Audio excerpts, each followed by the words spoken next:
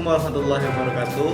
Untuk sesi kali ini kita kedatangan materi atau guest star kita, Fitri ya. Beliau adalah ahli K3 sekaligus dosen pengajar di Universitas Islam Indonesia. Dan saya Ahmad Noval Bayi sebagai pembawa acara pada podcast kali ini. Podcast kali ini kira-kira kita akan membahas apa? Bahas kalau K3 itu pasti tidak bisa lepas dari sesuatu hal yang sifatnya itu merugikan ya. Jadi kalau bisa itu ya kita pengen tahu sebenarnya yang merugikan itu apa atau terus bagaimana agar tidak rugi bisa. Berkaitan dengan keselamatan dan kesehatan kita pada saat bekerja begitu. Nah, mungkin langsung saja ya kita langsung bahas ya dari materi yang sudah saya dapat ini. Pertama kita akan membahas tentang resiko. Nah, apa itu sih Bu resiko itu? Tadi itu ada hubungannya dengan yang tadi di pembukaan kita singgung ya, masalah rugi itu. Sebenarnya apa atau itu resiko begitu. Resiko itu sebenarnya kalau dari beberapa banyak definisi yang sudah dibuat orang itu tuh pada intinya tuh mengatakan ada sesuatu hal yang tidak diinginkan begitu, sesuatu hal yang tidak diinginkan yang sifatnya itu merugikan orang itu sendiri atau semuanya ya? Ya bisa seperti itu. Meskipun sebenarnya kalau kita telah lebih luas, sesuatu yang tidak sesuai yang direncanakan itu belum tentu merugikan loh sebenarnya. Misalnya sekarang bayi pengen selesai kuliahnya itu dalam 6 bulan ke depan, ternyata 4 bulan sudah selesai, itu kan sebenarnya tidak sesuai rencana. Alhamdulillah. Tapi alhamdulillah kan gitu toh. Amin. Nah, tapi kebanyakan orang mengatakan bahwa yang disebut risiko itu adalah sesuatu hal yang tidak sesuai rencana, tapi sifatnya itu merugikan. Itu namanya risiko. Nah, lalu kalau bicara Bu, kenapa ada risiko gitu ya? Kenapa ada risiko? Karena sesuatu hal yang di masa yang akan datang itu tidak bisa kita perkirakan, itu jadi ada ketidakpastian gitu, maka muncullah risiko. Kalau sudah pasti, ya nggak ada risiko begitu. Sehingga misalnya ya kalau kita bicara tentang apakah ada risiko kita tidak mati, itu kan nggak mungkin karena pasti kita mati kan gitu ya. Ketika itu pasti nggak ada risiko. Tapi apakah kita 3 hari lagi itu sehat? Apakah 3 hari lagi kita sakit? Misalnya kita mau bicara tentang hal itu, kita nggak pernah tahu. Oleh sebab itu ada resiko kita bisa jadi sakit, ada resiko kita bisa jadi celaka. Nah tentu yang sesuatu hal yang tidak diinginkan dan sifatnya negatif ini, kalau bisa kan kita cegah itu ya, seperti itu. Nah mungkin kan ada nih misal kata-kata yang mirip atau similar sama risiko, misalnya kayak bahaya kayak gitu. Nah, bedanya itu apa sih misalnya kalau risiko sama bahaya? Kan biasanya kan sering dipakai itu Bu di K3 skripsi gitu kan ada bahaya, ada risiko. Nah, itu bedanya apa sih maksudnya? Antara bahaya dan risiko. Ya, kan soalnya kalian mirip-mirip gitu loh rasanya. Ya emang kalau orang suka interchange itu menggantikan gitu ya, mensinonimkan antara bahaya dengan risiko, padahal kedua hal itu sangat berbeda. Bahaya itu apa toh? Bahaya itu adalah sesuatu yang sifatnya bisa menimbulkan atau berpotensi menimbulkan kerugian. Jadi suatu keadaan yang berpotensi menimbulkan kerugian. Misalnya naik motor tidak pakai helm, itu bahaya. Kenapa? Karena berpotensi menimbulkan kerugian. Nah, resikonya apa kalau tidak pakai helm? Akibatnya begitu. Nek jatuh ya mungkin kepalanya terbentur. Kalau terbentur jadinya seperti apa? Nah, itu risiko. Sehingga bahaya itu lebih kepada sebuah keadaan yang berpotensi menimbulkan kerugian. Kalau risiko itu adalah sesuatu hal yang merugikan, kan gitu. Jadi berhubungan sih, tapi tidak bisa diganti-gantikan gitu. Itu tapi berhubungan. Nah, jadi kalau misalnya bicara tentang, kita kan orang sipil nih ya, mesti kan ngomonginnya tentang konstruksi gitu kan. Di tempat konstruksi itu kayak gimana Bu? Misalnya ada pertanyaan seperti itu, kita harus paham bahwa harus sadar bahwa dunia konstruksi itu adalah sebuah dunia kerja yang banyak bahayanya, itu hazardnya itu banyak banget gitu. Nah, oleh sebab itu ketika kita melakukan pekerjaan konstruksi itu akan lebih bagus kalau kita bisa mengidentifikasi bahaya-bahaya apa yang mungkin muncul, kemudian dari sana kita juga bisa menilai besarnya risiko. Dari sana kita bisa menentukan untuk menghindari hal-hal yang sifatnya merugikan agar tidak terjadi itu harus apa, harus kayak gimana ya. gitu ya. Gitu. Jadi kalau misalnya hal-hal yang sifatnya merugikan itu apa tuh Bu? Apakah misalnya di proyek itu pegang paku terus dipukul pakai palu dep, jempolnya kena palu, itu masuk kategori yang mana? Gitu ya. Itu kalau di dunia konstruksi khususnya K3 konstruksi itu ada beberapa istilah sih, mungkin Bahi juga sudah pernah dengar yang disebut mungkin lo ya, ada accident, ada insiden, ada near miss, nah kayak gitu. Mungkin bisa dijelasin nggak sih Bu, apa lebih detail mengenai near miss, terus insiden, terus accident, nah gitu.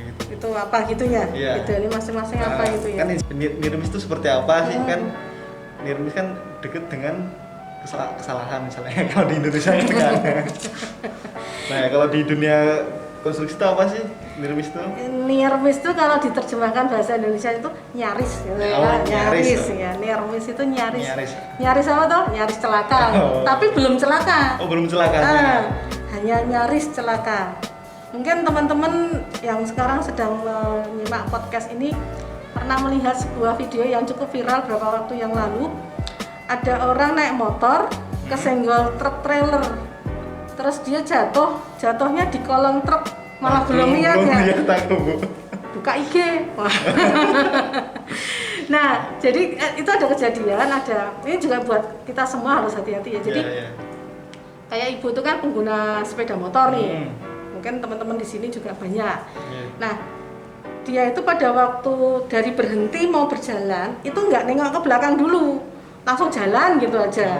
Apalagi mak-mak seringnya kayak gitu ya, nggak nengok ke belakang langsung jalan. Nah, padahal dari belakang itu ada truk trailer.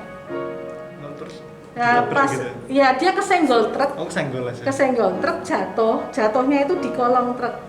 Tapi truknya ngerem. Persis bannya itu berhenti di depan kepalanya. Itu namanya near miss. Nyaris.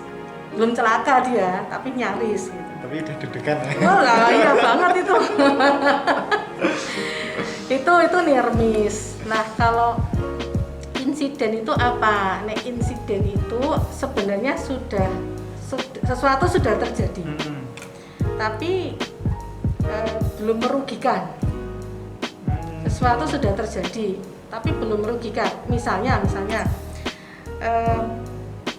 ibu tuh pas pernah di sebuah proyek gitu ya, lagi ninjau ke lapangan, kemudian tentu dengan APD karena ibu nggak mau merugikan diri ibu sendiri ya, pakai safety helmet, pakai safety boots itu paling tidak itu, dan kalau bisa tambah yang high visibility vest, jadi rompi yang berwarna ya sehingga bisa kelihatan gitu. Terus ada batang kayu yang jatuh dari atas dan jatuhnya itu mengenai nyerempet gitu ya, helm yang ibu pakai. Oh, kena ke ibu sendiri. Tapi nyerempet aja gitu. Nyaris tuh jatuhnya di dekatnya ibu. Tapi ini udah nyerempet.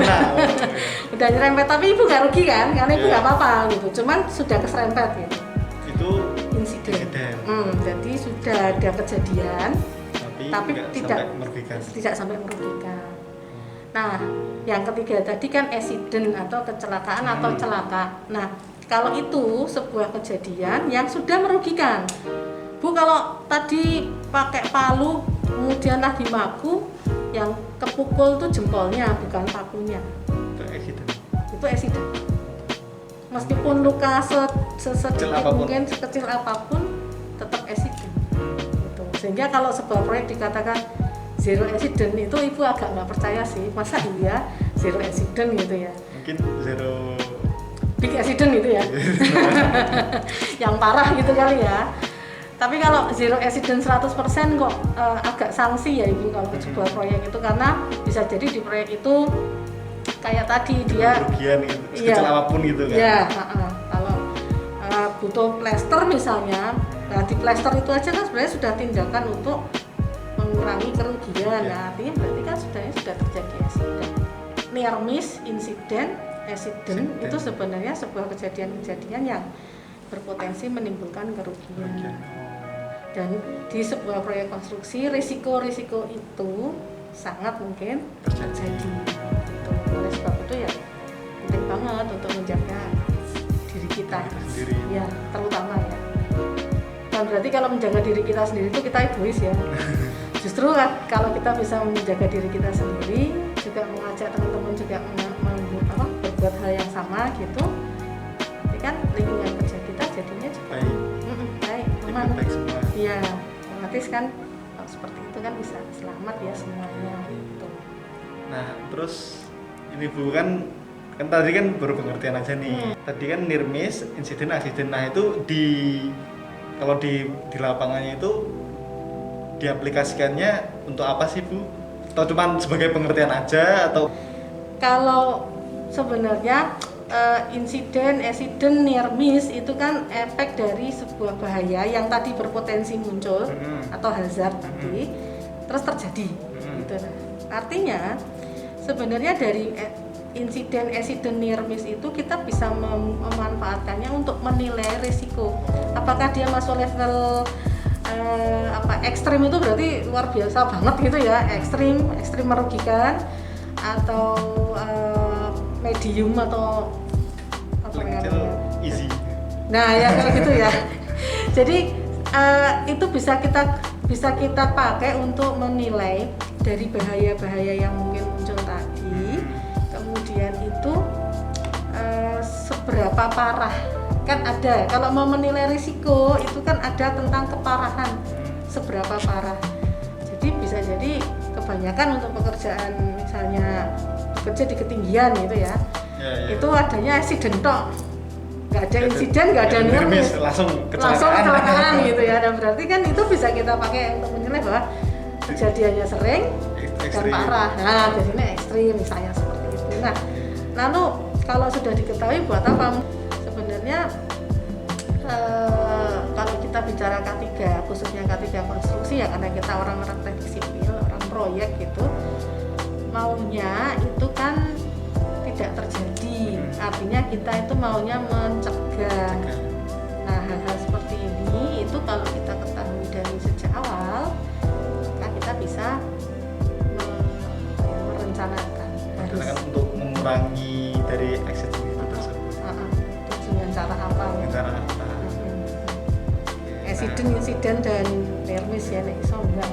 Nah, itu berarti masuknya kepada manajemen risiko. Nah, itu dibahas pada sesi berikutnya.